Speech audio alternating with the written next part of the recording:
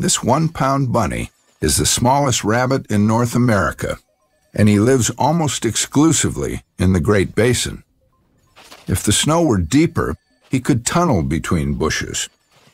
But this winter's dusting leaves him exposed to his enemies. Worst of the bunch is the long-tailed weasel. He's no bigger than the rabbit and has bad eyesight, but his nose and ears are sharp. A whiff of bunny, and it's game on. But the rabbit's made a network of well-worn trails, always running in his own footsteps. The weasel tries to follow his nose. The weasel can't figure out if he's coming or going.